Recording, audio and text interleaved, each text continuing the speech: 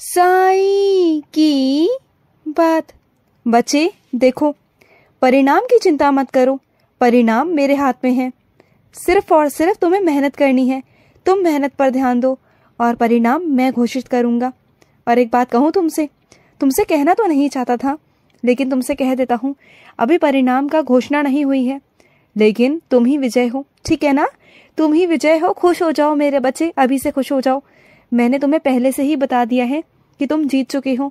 तुम विजयी हो मेरे बच्चे, विजयी हो। और सुनो मेरे बच्चे, जो भी तुम्हारे परेशानी है ना, जो भी तुम्हारी बीमारी है, कुछ भी मेरे बच्चे, तो जितना हो सकता है ना, जितना हो सकता है मेरा नाम जाप करो। जितना हो सकता है, मेरे नाम में वो शक्ति है, वो ताकत है जो किसी चीज में नहीं मेरे बच्चे, किसी चीज में नहीं।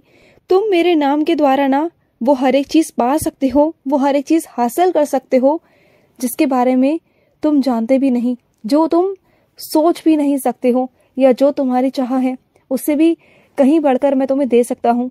ये निर्भर तुम पर करता है मेरे बच्चे, तुम पर करता है।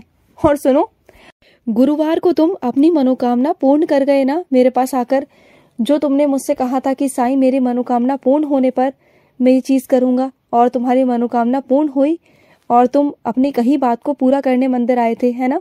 और सब कुछ पूरा कर गए जो भी तुमने कहा था। तो मुझे बहुत बहुत खुशी मिली मेरे बच्चे, बहुत खुशी मिली। जब तुम आते हो ना मेरे पास अपनी कही बातों को पूरा करने के लिए ना, तो मुझे बहुत खुशी मिलती है। तुम उनमें से नहीं हो मेरे बच्चे जो अपनी इच्छा पूरी होने पर अपनी कही हुई बातों को भूल जाए। तुम उनमें से हो कि बस इंतजार करती हो कि मैं कब अपनी कही बात को पूरा करने जाऊं मंदिर, कब बाबा मेरी मनोकामना पूर्ण करेंगे, कब ये सही होगा, कब ये सच होगा, कब बाबा मेरी सुनेंगे और मैं फटाफट जाऊं और बाबा से कही हुई बात मैं पूरा करूं। मुझे बहुत अच्छा लगता है मेरे बच्चे, बहुत अच्छा लगता है। और सुनो मेरे बच्चे, कुछ चीजें ना समय के अनुसार ही पूरी होती है मेरे बच्चे, न समय से पहले होती हैं और न समय के बाद होती हैं। तो थोड़ा सबूरी रख लो ना मेरे बच्चे। रोज इतना मुझसे कहते हो, मुझे भी अच्छा नहीं लगता तुम्हें बार बार मना करना। देखो रुक जाओ, थोड़ा सबूरी रखो, समय पर विश्वास करो। वक्त बहुत बलवान होता है मेरे बच्चे, ये वक्त है ना, ये बहुत बहुत बलवान है मेरे बच्चे, बहुत बलवान है। तो चिंता मत करो, सब हो जाएगा, सब तुम्हारे हिसाब से हो जाएगा। अब इतना तो कह दिया ना तुमसे, अब मत चिंता करो। और सुनो, जिसकी रक्षा की तुम मुझसे बात करते हो ना, उसकी रक्षा मैं कर रहा हूँ मेरे बच्चे, उसकी रक्षा ही कर रहा हूँ, तभी वो यहाँ तक है मेरे बच्चे, वो इस परिस्थिति में है। अगर मैं उनकी रक्षा नहीं कर रहा होता ना, तो पता नहीं आज उनका क्या हाल होता। सिर्फ तुम्हारी वजह से मेरे बच्चे, सिर्फ और सिर्फ तुम्हारी वजह से मैं उनकी रक्षा कर रहा हूँ, क्योंकि तुम रोज उनकी प्रार्थना मेरे आगे लगाते हो, रोज मुझसे कहते हो कि साईं उनकी रक्षा करो, और मैं वही कर रहा हूँ मेरे बच्चे। तेरी कही हुई बात मैं कभी टाल नहीं सकता। ऐसे कैसे टाल दूं? तुम मेरे इतना अच्छा बच्चा है, इतना प्यारा बच्चा है, मेरे हर एक एक आदेश को मानता है, तो ऐसे कैसे मैं पूरा ना करूं? हाँ बोलो, मैं तो करूंगा ना पूरी। और सुनो, तुम्हें ऐसा प्रतीत हुआ था कि मैं तुम्हारे पास आया था, मैंने तुम्हें स्पर्श किया था ना? तो हाँ, वो मैं ही था। डरो मत, वो मैं ही था। तुम्हारे मन में जो शंका थी वो मैं दूर कर रहा हूँ, ठीक है ना मेरे बच्चे? वो मैंने दूर कर दी है कि वो मैं ही था। अब तो खुश हो जाओ कि हाँ बाबा थे, क्यों परेशान होते हो? और सुनो मेरे बच्चे, जो तुम्हारे घर में उदी नहीं लेता ना, उदी से वहम करता है, उदी को नहीं लेना चाहता, उदी जल नहीं पीना चाहता, तो सुनो, ऐसे लोगों के लिए क्या करो, अपने घर में तुम जहाँ पानी इकट्ठा करते हो ना, जहाँ से पानी पीते हो, या कोई मटका हो या कोई चीज हो मेरे बच्चे, उसमें उदी डाल दो। देखो, वहां अगर उदी डालोगे ना, तो उस उदी में खाना भी बनेगा, उस उदी जल का लोग सेवन भी करेंगे, और जितना भी तुम्हारे परिवार में लोग जल पिएंगे, उदी जल पिएंगे ना, फिर देखना मेरा चमत्कार। ना चाहते हुए भी उन्हें पीना पड़ जाएगा, क्योंकि उन्हें पता ही नहीं चलेगा कि उसमें उदी है। तो ऐसे लोगों को ना ऐसे ही ठीक करना पड़ता है मेरे बच्चे। अगर वो सीधी तरीके से उदी जल नहीं लेते, तो उन्हें ऐसे करके दो, ठीक है ना? चाहे वो ऐसे ले या वैसे ले, बात तो एक ही है ना मेरे बच्चे। मैं कृपा तो करूंगा ही करूंगा, जरूर करूंगा। तुम बिल्कुल भी चिंता मत करना, ठीक है ना मेरे बच्चे? परेशान बिल्कुल मत हुआ करो। अरे तुम इतना परेशान क्यों होते हो? जब तुमसे कह दिया कि मैं सब संभाल रहा हूँ, संभाल लूंगा आगे भी ना, क्यों इतना चिंतित हो जाते हो? छोटी छोटी बातों पर इतना परेशान हो जाते हो, मत किया करो। और सुनो, तुम्हारे घर में जो बीमार है मेरे बच्चे, उसे मेरे चरणों का फूल ले जाकर उसके सिराने रखो, वो ठीक हो जाएंगे, जल्द से जल्द ठीक हो जाएंगे मेरे बच्चे, बिल्कुल चिंता मत करो।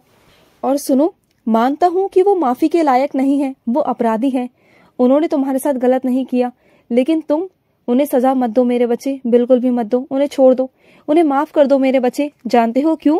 क्योंकि उन्हें दंड मैं दूंगा, और अगर तुम दंड दोगे ना तो तुम्हारे कर्मों में जुड़ जाएगा। मैं चाहता हूँ कि दंड मैं दूं, क्योंकि देखो हर किसी की सजा को मैं तय करता हूँ। ये काम मेरा है, तुम्हारा नहीं मेरे बच्चे। और जो काम तुम्हारा नहीं है उसे रहने दो ना। क्यों करते हो तुम? क्यों अपने ऊपर भार बढ़ाते हो? बल्कि तुम हल्के हो जाओ, हल्के हो जाओ मेरे बच्चे।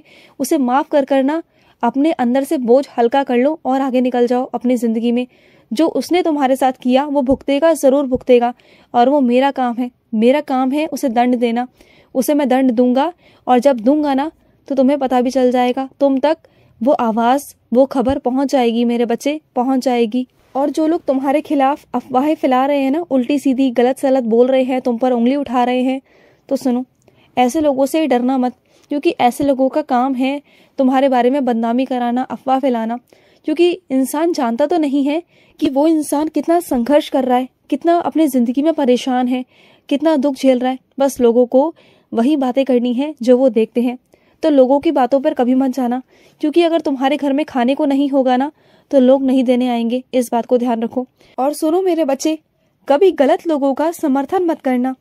तुम जानते हो कि वो इंसान गलत है ना, और उसके बावजूद भी वो तुम्हें अपने समूह में शामिल करना चाहता है जबरदस्ती। तुम नहीं होना चाहते हो, तुम नहीं कुछ गलत करना चाहते हो, क्योंकि तुम जानते हो कि सही क्या है, गलत क्या है, क्योंकि तुम मेरे बच्चे हो, तुम्हें ज्ञान का प्रकाश है, तुम्हें पता है कि गलत क्या है, सही क्या है। तो मेरे बच्चे साफ साफ कह दो ना, क्यों नहीं कहते हो तुम? देखो साफ कहने में भलाई है, क्योंकि सच कहोगे तो एक बार कहोगे और वो इंसान तुमसे दोबारा नहीं कहेगा। अगर तुम पहले से ही इंसान को ना उसकी सीमा बता दोगे तो वो कभी उस सीमा को लांघकर तुम्हारे पास नहीं आएगा। लेकिन अगर उसे सीमा नहीं बताओगे ना तो उसे ऐसा ही लगेगा कि तुम उसके पक्ष में हो और तुम उसके साथ मिलकर कुछ गलत करोगे।